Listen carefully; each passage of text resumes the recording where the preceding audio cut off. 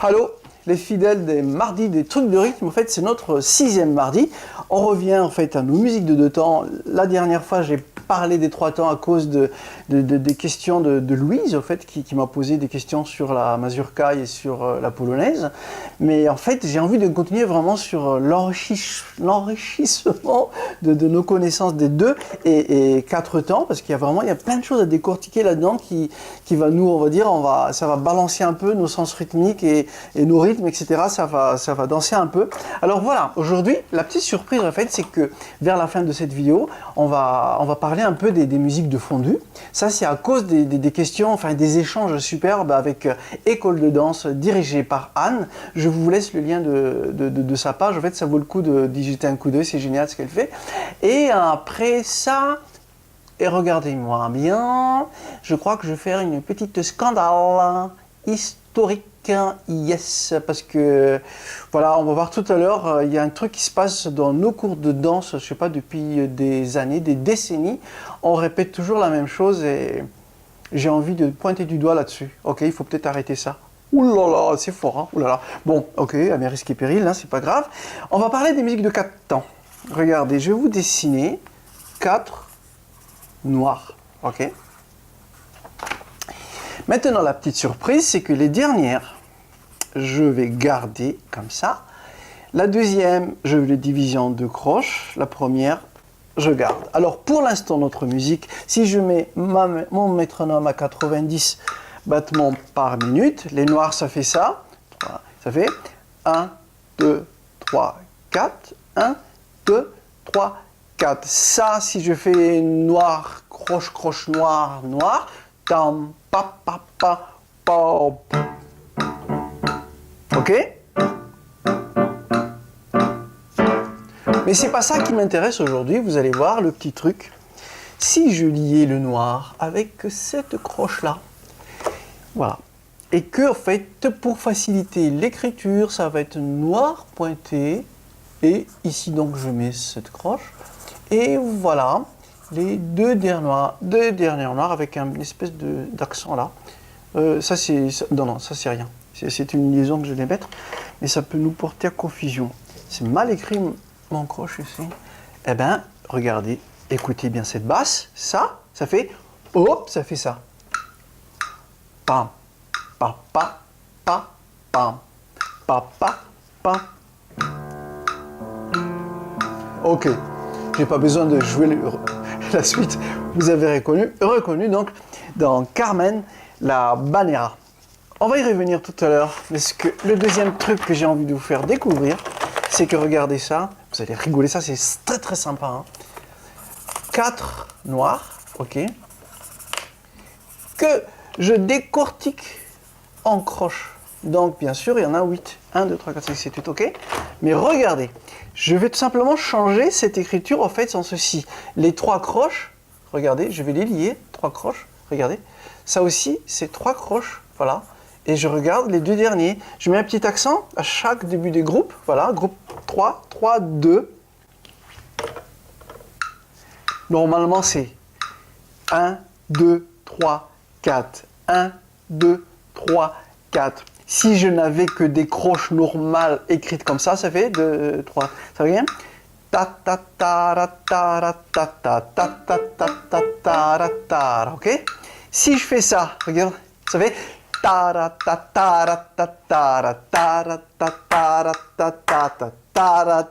et ben voilà, ça en fait, on l'entend beaucoup depuis d'ailleurs Astor Piazzolla en fait, dans les tangos d'Astor Piazzolla.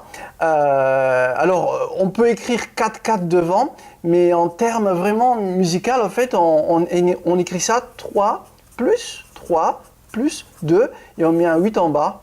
C'est-à-dire, en fait, on fait des groupes de 3 croches. 3 croches et 2 croches. Je vais jouer un peu plus vite, au fait, regardez ça. 1, 2, ok.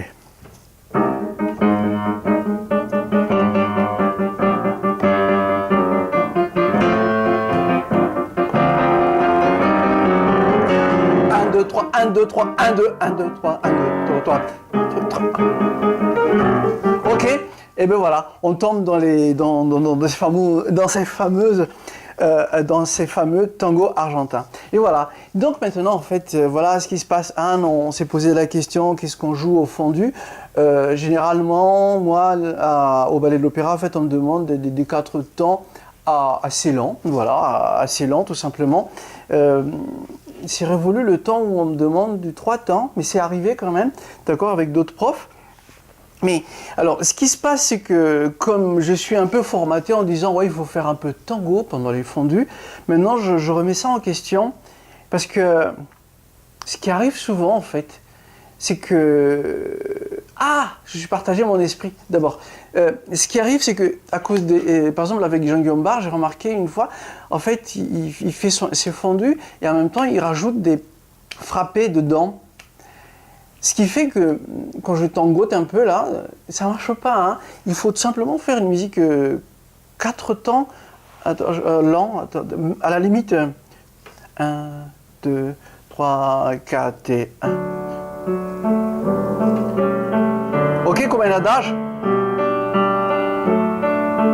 Parce que de temps. Parce qu'en fait, comme si j'ai bien appris, hein, moi je suis pas danseur, en fait, les fondus, c'est des fondus, c'est très lié en fait, et c'est normal quand Jean-Guillaume Bar me dit pas d'accent, tout, et qu'en plus on a le temps de faire les frappés comme il faut là-dedans, ta, ta, ta, ok? Admettons, ça fait là il est fondu, frappé, pa, pa, pa, pa, pa. Pas. Voilà. Et si je fais ça, en fait, c'est bizarre que...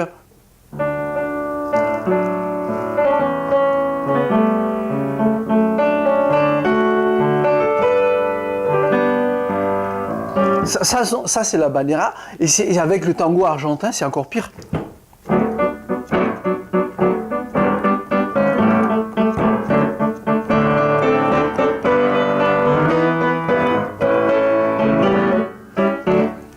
Voilà, donc je commence à vraiment, à m'assagir pour des musiques beaucoup plus simples que ça, en 4 temps simples comme je l'ai fait tout à l'heure.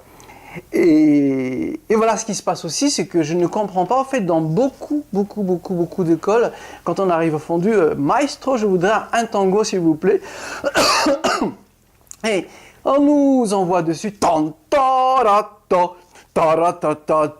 Et après, quand on commence à jouer, maestro, c'est trop vite. Alors, on se retrouve à vraiment jouer ça, je vous mens pas, et ça m'énerve un peu.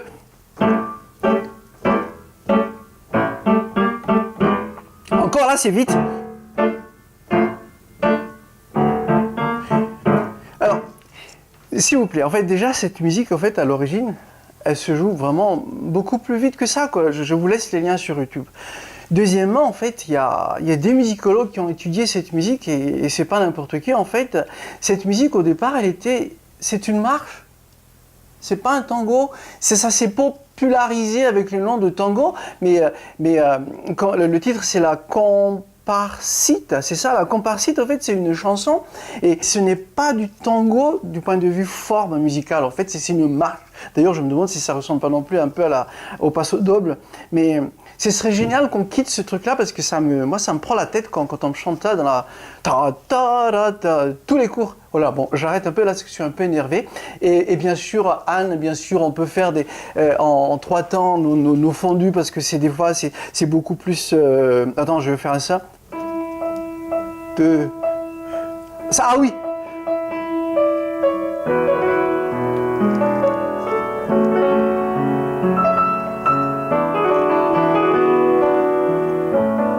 Ouais.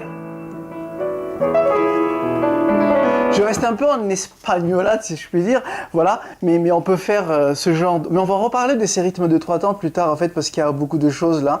Voilà, écoutez, que je pense à mettre ces PDF, au fait, de ces partitions, et que pour écouter, en fait, donc je laisse les liens YouTube de ces musiques-là, de tango. Et... Bon, écoutez, à la prochaine fois. J'espère que c'était assez vivant aujourd'hui. Il y avait un peu d'énervement, excusez-moi, mais ça peut arriver, ok? Salut!